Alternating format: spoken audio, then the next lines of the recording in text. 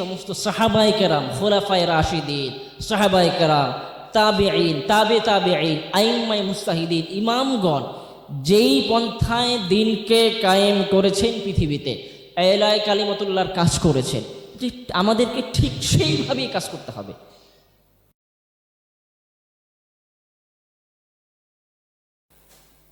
আসসালামু আলাইকুম ওয়া রাহমাতুল্লাহি ওয়া বারাকাতুহু। হামিদু ওয়া মুসাল্লি ওয়া মুসাল্লিমা আম্মা বাদ। আমরা মাগরিবের পূর্বে শুনছিলাম আলোচনা রাসূল সাল্লাল্লাহু আলাইহি ওয়াসাল্লামের প্রতি ইশক, ভালোবাসা, গুরুত্ব, সুন্নতের গুরুত্ব নিয়ে আলোচনা শুনছিলাম।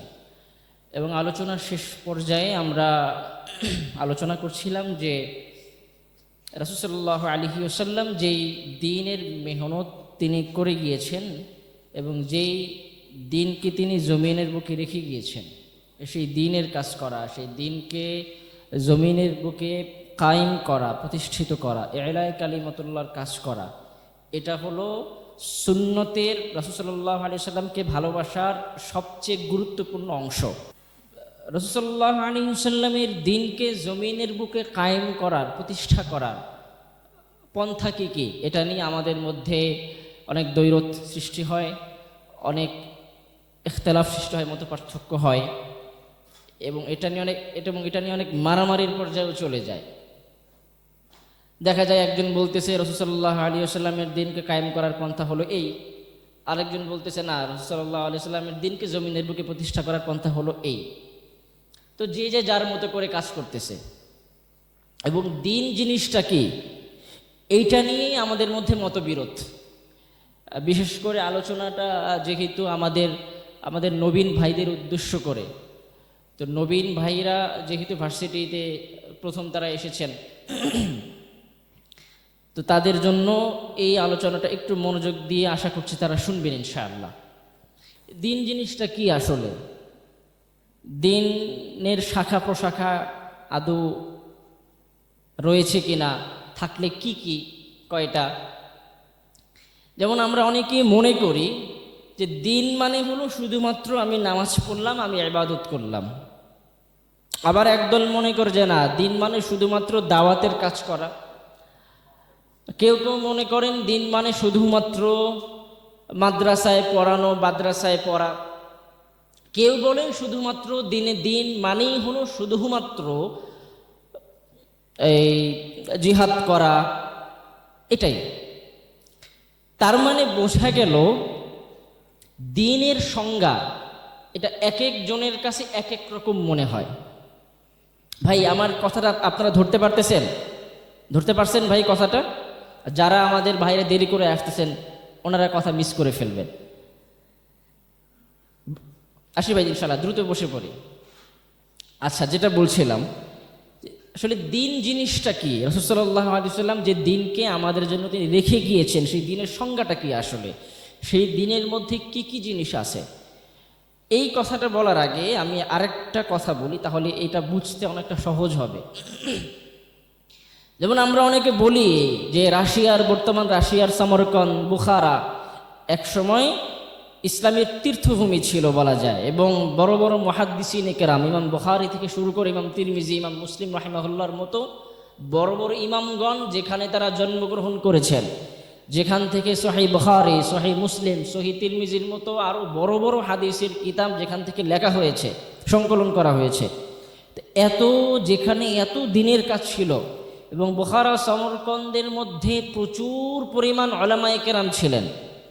এখন তো সেখানকার অবস্থা তেমন ভালো না, সেখানে তেমন দ্বীনের মেহনত নেই, সেখানে দ্বীনের পরিবেশ নেই। এর কারণটা কি?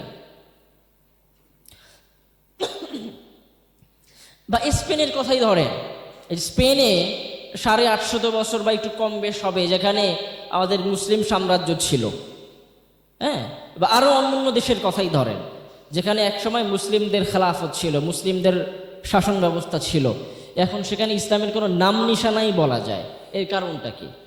এর কারণ জিজ্ঞাসা করার ক্ষেত্রে আপনারা একজনকে জিজ্ঞাসা করবেন, সে বলবে সেখানে কোনো দাওয়াতের মেহনত ছিল না, দাওয়াতের মেহনত বন্ধ হয়ে গিয়েছে, এই জন্য এই হালত।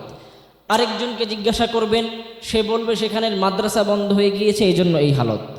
আরেকজনকে জিজ্ঞাসা করবেন, সে বলবে সেখানে খানকা পীর সাহেবদের মেহনত, ব্যক্তিগত আমল বন্ধ হয়ে গিয়েছে, এই জন্য এই হালত।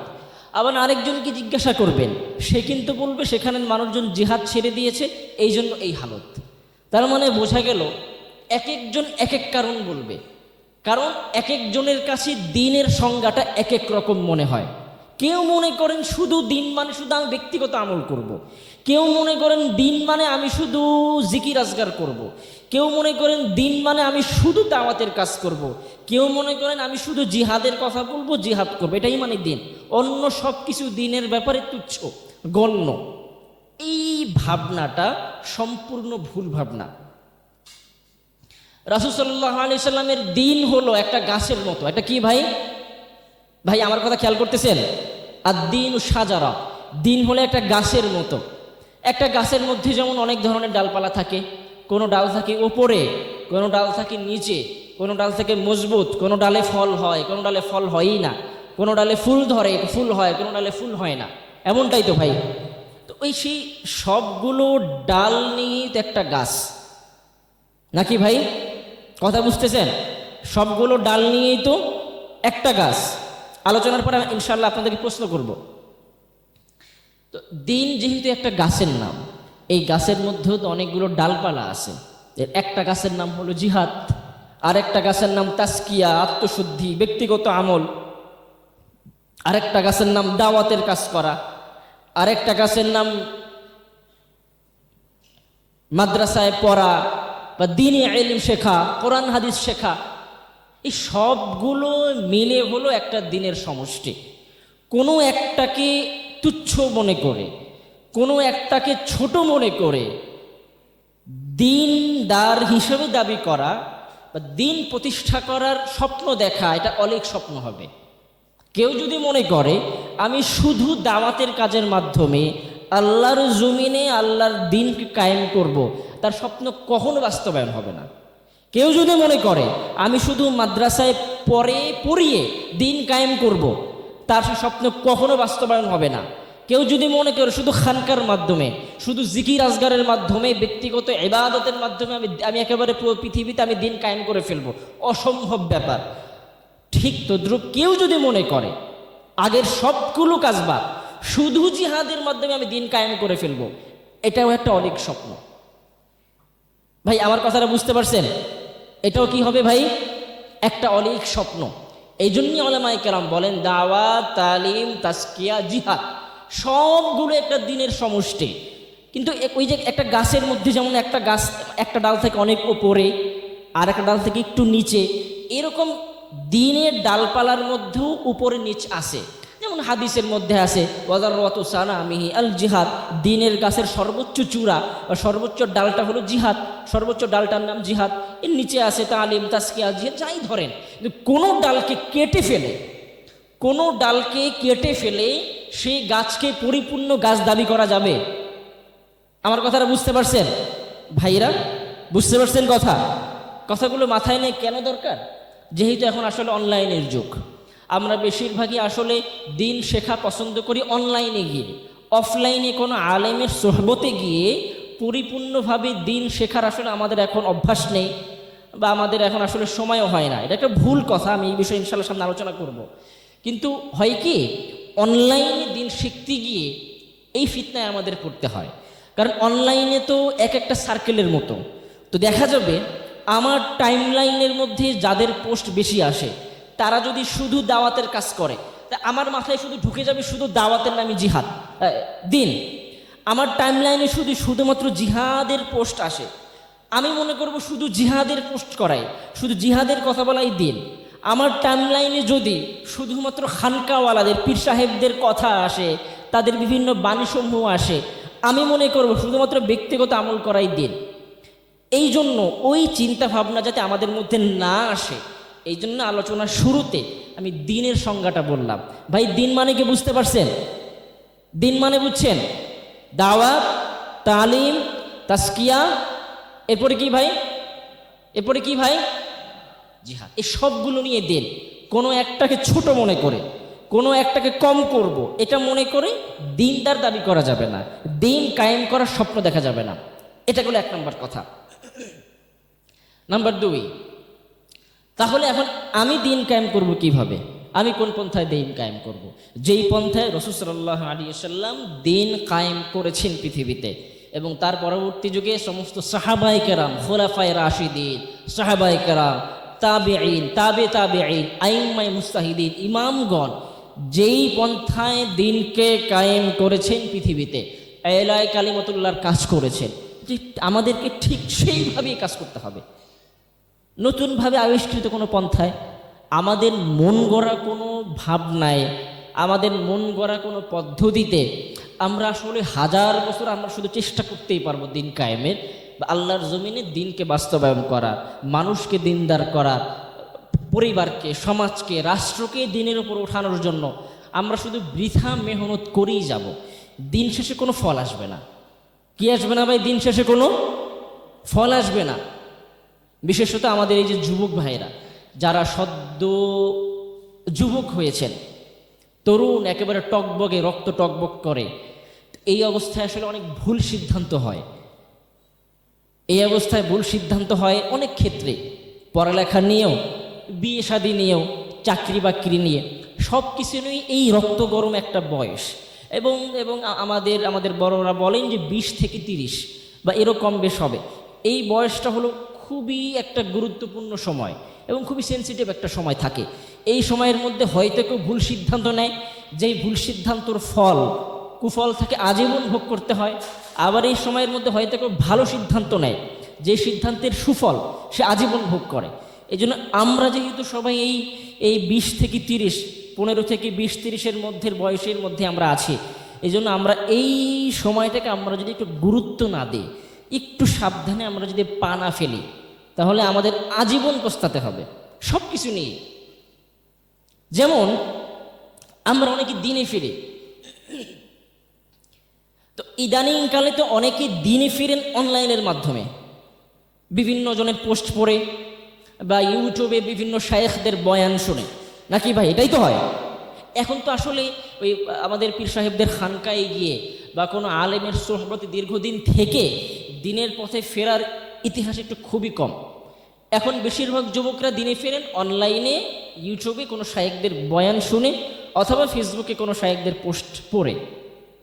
এইখানে একটা ভুল হয়ে যায়। সেই ভুলটা কি?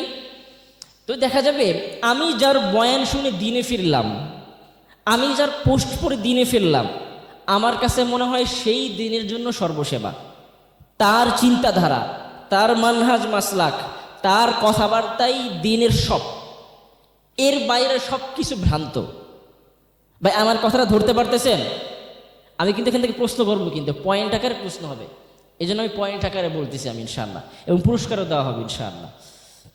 আচ্ছা, তো যেটা বলছিলাম, ভুলগুলো কি হয় আমি একটু খোলাসা করে বলি আমার ভাইদের কাছে, যেহেতু আপনারা আমাদের ভাই, আমার ভাই সমতুল্য, এবং আমি আপনাদেরই বয়সী। দেখা যায় যে আমাদের মুরব্বী যারা আছেন, যারা আমাদের থেকে অনেক প্রবীণ, তারা সব কথা তারা শুনতে পারেন না বা নিতে পারেন না, তাদের বয়সের একটা সীমাবদ্ধতা আছে।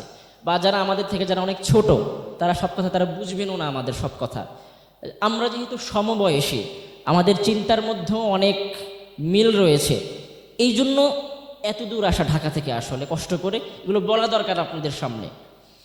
আমাদের যুবকরা একটা ভুল করে থাকি আমরা, কি? যেমন ধরুন, আমি স্পষ্ট করে বলি, আমি ফেসবুকে ধরেন কারো পোস্ট পড়লাম, তো তিনি হলেন, আমি ডানপন্থী বামপন্থী বলছি ওই ডান বামের দিক থেকে না, ওই যে রাজনীতির ডান বাম নাই, আমি জাস্ট উদাহরণ দিয়ে বলতেছি। আমি যার পোস্ট পড়লাম, আমি যার বয়ান শুনি সবসময়, আমি যার পোস্ট সবসময় পড়ি, তিনি হলেন ডানপন্থী। তা আমার কাছে মনে হয় এর ডানপন্থী লোকের এই মানহাজ, তার চিন্তাধারা, তার আকীদা, তার আমল, এগুলোই বিশুদ্ধ। আর বামপন্থী যারা আছেন তার সব বাতিল, সব গোমরা। এই চিন্তাটার ফলে শুরুতে, দিনে ফেরার শুরুতে আমাদের চিন্তার জায়গাটা একেবারে সংকুচিত হয়ে যায়। বুঝতে পারছেন?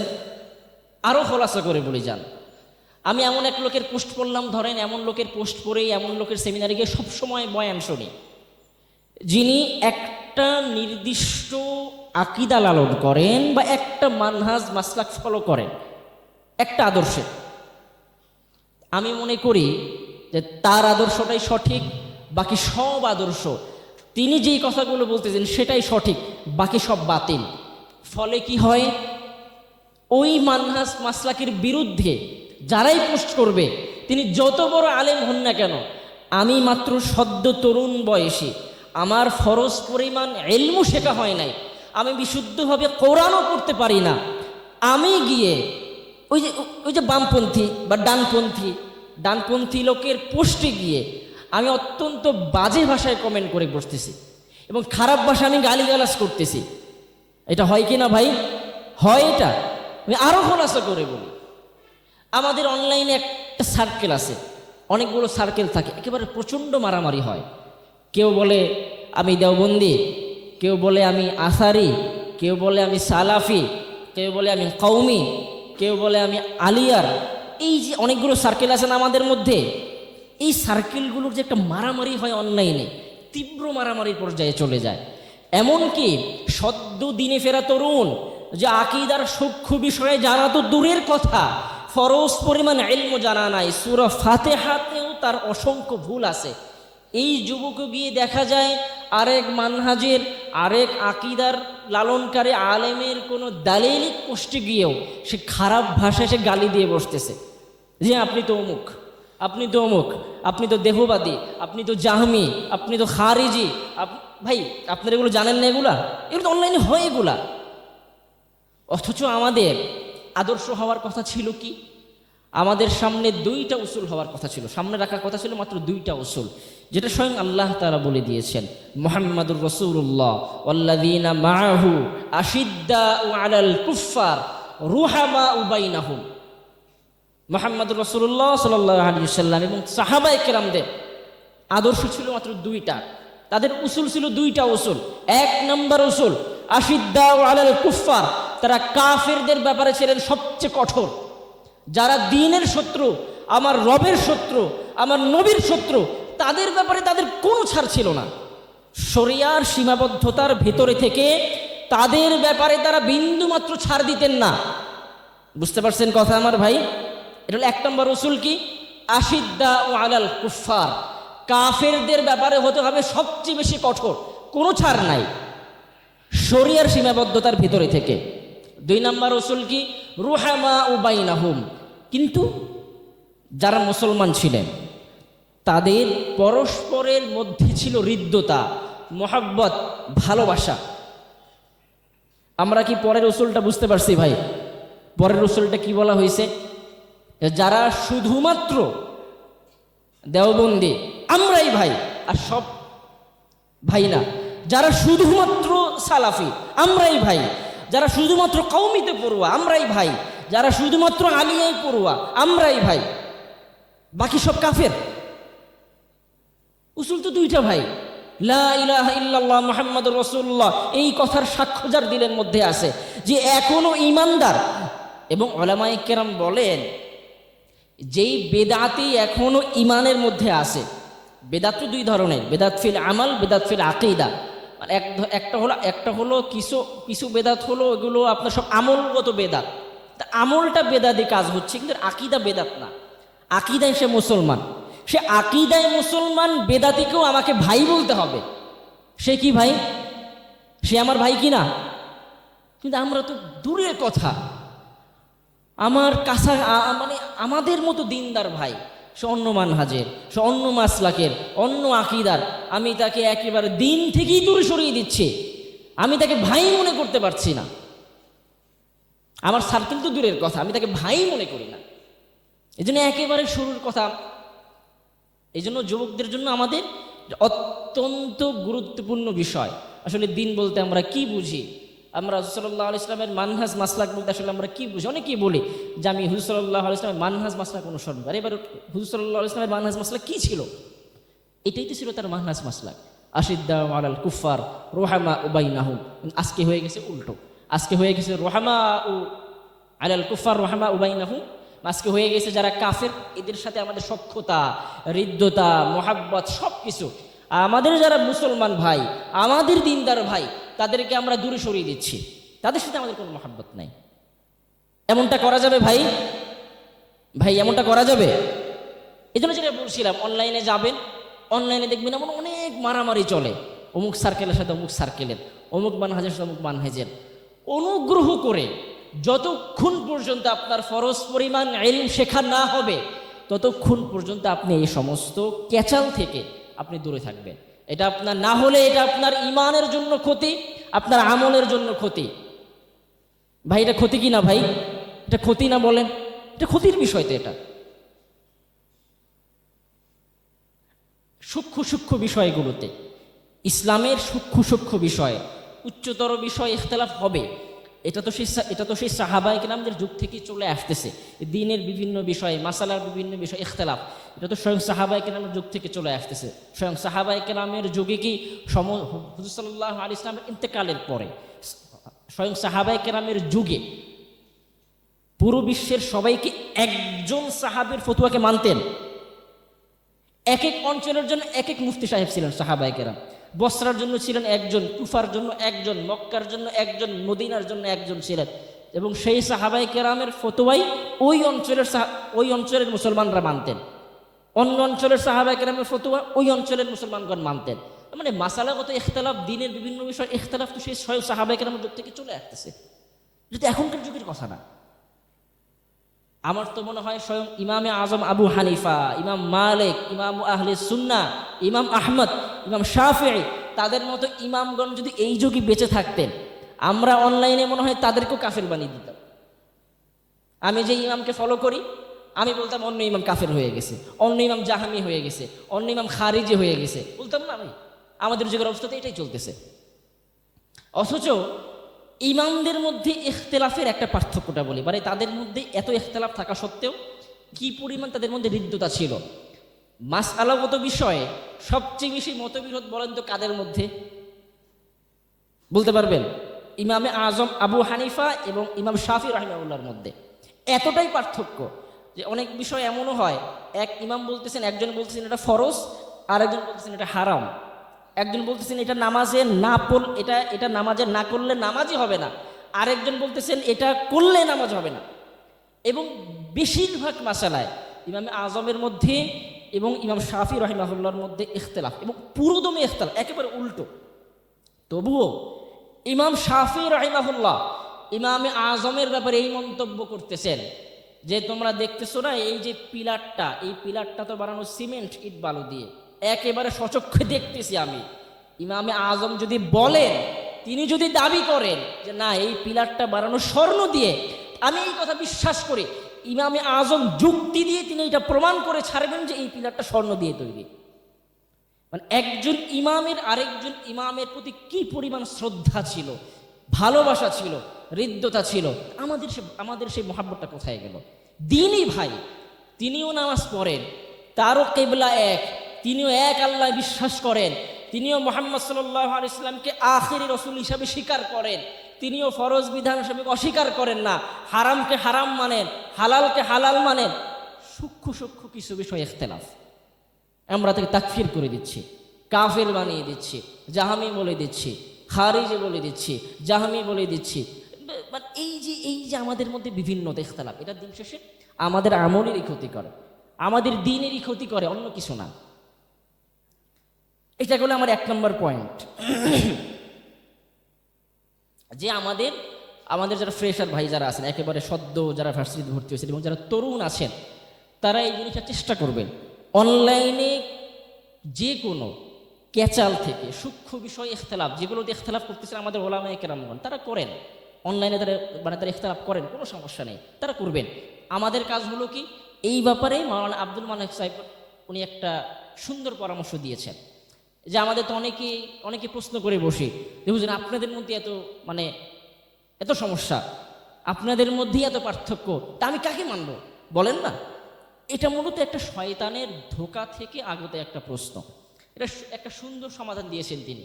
সে সমাধানটা কি? সমাধানটা হলো, আমার কাজ হলো আমি যে কোনো একজন আলেমকে আমি অনুসরণ করব।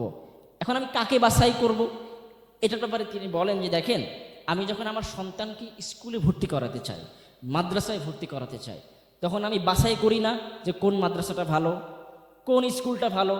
এই বুঝটা যেহেতু আল্লাহ তাআলা আমার মধ্যে দিয়েছেন, আমি একটা খাবার খাবো, কোন খাবারটা নষ্ট, কোন খাবারটা ভালো, আমি যেহেতু এইটা বুঝি, তো দিনের ক্ষেত্রে আমাকে এইভাবে বাছাই করতে হবে যে না, আমি এই আলেমকেই অনুসরণ করতে পারি, তার ইলম, তার আমল, তার সুন্নাহ সবকিছু আমার রাসূলের দ্বীন অনুযায়ী, রাসূলের সুন্নাহ অনুযায়ী হয়েছে। সুতরাং আমি শুধু সবসময় ওনাকে ইত্তেবা করব, অনুসরণ করব, যতক্ষণ না তিনি দ্বীন থেকে সরে না যায়। তো দ্বীন বলেন আমার কাজ হলো একটাই, আমি ওই আলেমকে অনুসরণ করে যাব। এর বিপরীতে অন্য যারা ভিন্ন মত পোষণ করবে, সেটা যদি শরিয়ার সীমাবদ্ধতার মধ্যে থাকে, সেটা যদি শরিয়ার সীমার মধ্যে থাকে, আমি সে সমস্ত ভিন্ন মতকে আমি রেসপেক্ট করব, আমি সম্মান করব। কিন্তু আমি অনুসরণ করব কাকে? ওই আলেমকে। আমি যাকে পূর্ব থেকে কি করে আসতেছি ভাই, অনুসরণ করে আসতেছি, আমার তো বিভ্রান্ত হওয়ার কোনো কথা না। কারণ আমি তো বুঝি শুনে দাঁড়িয়ে ভাবে ওই আলেমকে আমি পূর্ব থেকে অনুসরণ করে আসতেছি, ওই আলেমের কথাটা আগে থেকে মেনে আসতেছি, আমার কিন্তু বিভ্রান্ত হওয়ার কথা না। এর বিপরীতে যারাই বিভিন্ন মত পেশ করবে বা বিপরীত মত দিবে, সেটা যদি শরীয়ত সীমার মধ্যে থাকে, আমার সেটা রেসপেক্ট করতে হবে, সম্মান করতে হবে। আমরা তো সেটা করি। বিশেষত এই যে একেবারে শুরু তো করলাম, আমাদের আমাদের তরুণ ভাইরা, দিন ভাইরা, তারা কি চান? তারা চান যে তারা অনলাইনে তারা সবকিছু শিখবে, পোস্টের মাধ্যমে বা ভিডিওর মাধ্যমে তারা সবকিছু তারা শিখবে। অফলাইনে কোনো আলেমের সহ্যতে গিয়ে তারা দিন শিখবে, এটার ব্যাপারে সবচেয়ে গাফেল থাকেন তারা। এবং আমাদের তরুণদের মন মস্তিষ্কের মধ্যে এটা বসে গেছে যে ব্যক্তিগত আমল, ব্যক্তিগত আত্মশুদ্ধি, তাসকিয়া, এগুলো বোধহয় দিনের মধ্যে নাই। আমি যেটা একেবারে শুরুতে বলেছিলাম যে ভাই, ভাই দিনের সংজ্ঞা কি বলছিলাম? বলেন দেখুন, দিনের সংজ্ঞা কি? দিনের মধ্যে কয়টা শাখা বলছিলাম? কয়টা? কি কি ভাই? শুধু তালিম, শুধু জিহাদ, বলেন শুধু তাসকিয়া, শুধু তালিম, তাহলে কি কি? দাওয়াত, তালিম, তাসকিয়া, সবগুলোই তো দিনের নাম। আমাদের অনেক তরুণ মনে করেন যে না, শুধু জিহাদ মানে তো দিন, শুধু দাওয়াত মানে দিন। এর বাস্তব উদাহরণ কি? ধরেন কাউকে যদি বলা হয় যে ভাই আসো অমুক জায়গায় অমুক গরম বিষয়ে বয়ান করা হবে, এবার সেমিনার হল ভরে যাবে, একটা গরম টপিক দেওয়া হবে। আবার যদি বলা হয় ধরেন অমুক হলে একজন বুজুর্গ ব্যক্তি এসে, বুজুর্গ আলেম এসে বা একজন আল্লাহওয়ালা ব্যক্তি এসে কিছু দ্বীনের বিষয় বয়ান করবে, কিছু আমলের বয়ান করবে, একদিন হল অর্ধেক করবে না। এমনটা হয় কিনা ভাই? ফেসবুকে আপনি পোস্ট করবেন জিহাদ জিহাদ জিহাদ চাই, জিহাদ আসলে আমি নাই, দেখবেন মিনিটের মধ্যে 1000 ভিউজ করে যাবে, 400-500 শেয়ার হয়ে যাবে। হয় কিনা ভাই? কমেন্ট ভরে যাবে সহমত ভাই, সহমত ভাই বলতে বলতে। আপনি যদি বিকালে একটা পোস্ট করেন আপনার আইডিতে যে বাদবাকি এই আমলটা করলে, এই সিরিজটা এতবার করলে এই সওয়াব, 100 দিন করবে না, মানুষ যদি কিছু ধারে কাছেও যাবে না। কারণ আমাদের মন মস্তিষ্ক আমরা এইভাবেই বানিয়ে নিয়েছি, আমলের কথা, তাসকিয়ার কথা, এটা আমাদের দিল সহ্য করে না। বুঝতে পারছেন ভাই? আমরা যে উপস্থিত কিছু, আমাদের যুবক যদি বলা হয় যে ভাই চলো কোন আলেমের সম্পদে যাই অফলাইনে, কোন যুবক যাবে? আমাদের যুবক যদি বলা হয় ভাই চলো পথে পথে গিয়ে গিয়ে মানুষকে ধরে ধরে দাওয়াত দেই, কোন যুবক আপনার সামনে যাবে?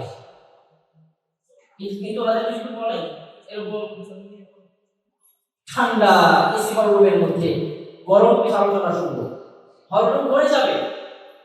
অথচ হলরুমের বাইরে, এই ভার্সিটির বাইরে কত লোক যে দিন থেকে সরে আছে, তাদেরকে দিনের কথা বলতে আপনি বলেন ভাই চলেন আজকে গিয়ে সবাই চলেন, আজকে সবাইকে দাওয়াত দেন। ওই আমাদের তাবলীগের ভাইদের মধ্যে আজকে সবাই গাছের কাজ করি, সবাই গাছে আমরা নামাজের দাওয়াত দিই, সবাইকে দিনের পথে দাওয়াত দিই, কিন্তু খুব কম লোক যায়। এমনটা হয় কিনা ভাই? এমনটা হয়? আমাদের যুবকরা এমনটা করবো ইনশাআল্লাহ? এমনটা করা যাবে ভাই? আচ্ছা,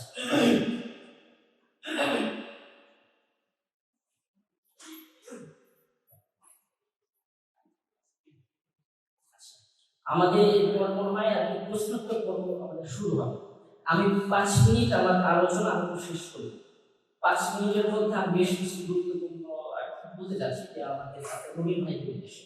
নবীন ভাই যারা আমাদের ভাষণে এসেছেন তারা বেশ কিছু বিষয় খেয়াল রাখবে।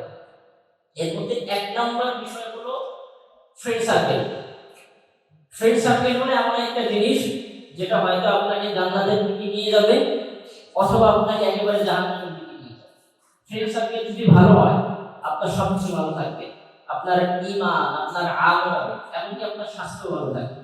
আর ফ্রেন্ড সার্কেল যদি খারাপ হয় আপনার ঈমান তো নষ্ট হবেই, আপনার মানসিক অবস্থা, আপনার স্বাস্থ্য নষ্ট হয়ে যাবে। দেখবেন আপনার ফ্রেন্ড সার্কেল ভালো না, আপনি নামাজ পড়তে চাইবেন, আমি যে কথাটা বলেছিলাম ঠিক মাগরিবের আগে, আপনি নামাজ পড়তে চাইবেন, আপনার ফ্রেন্ড সার্কেলের কারণে আপনি চক্ষু লজ্জায় আপনি নামাজ পড়তে পারবেন না। আর ফ্রেন্ড সার্কেল যদি ভালো হয় শয়তানের ধোঁকায় হয়তো আপনি নামাজ পড়তে চাইবেন না, কিন্তু ফ্রেন্ড সার্কেলের কারণে আপনি নামাজ পড়তে যেতে বাধ্য হবেন। সবাই যাচ্ছে নামাজ পড়তে, তখন আমি বসে থাকবো নাকি, আমিও চলে যাব। এই জন্য 1 নম্বর কথা হলো ফ্রেন্ড সার্কেল আমাদেরকে বাছাই করতে হবে খুব ভালোভাবে। বিশেষ করে হলের মধ্যে আমি যাদের সাথে থাকবো, আমি যে হলরুমে থাকবো, আমার পাশের সিটের যারা আছে তাদেরকে এইভাবে ভালোভাবে বাছাই করে নেয়া, এইটা আমাদের 1 নম্বর কর্তব্য। না হলে আপনার এই যুবক বয়সের একটা গুরুত্বপূর্ণ সময়, যে কথাগুলো আমি আজকে একেবারে শুরু থেকে বলে আসতেছি, যুবক বয়সের এত গুরুত্বপূর্ণ একটা সময়, এই সময়টা আপনার একেবারে নষ্ট হয়ে যাবে বাজে ফ্রেন্ড সার্কেলের কারণে। বুঝতে পারছেন ভাই? ভাই বুঝতে পারছেন কি কারণে ভাই? বাজে ফ্রেন্ড সার্কেলের কারণে। এই জন্য আল্লাহ তাআলা আমাদেরকে এইভাবে ভালো ফ্রেন্ড সার্কেল বাছাই করার তৌফিক দান করেন। আজকে আমরা যা আলোচনা শুনলাম, আসলে লম্বা আলোচনা করছি, একেবারে মাগরিবের পূর্ব লম্বা আলোচনা হয়েছে, মাগরিবের পরও আলহামদুলিল্লাহ অনেক আলোচনা করলাম। আল্লাহ তাআলা আমাদের সবাইকে সবগুলো কথার উপর আমল করার তৌফিক দান করেন।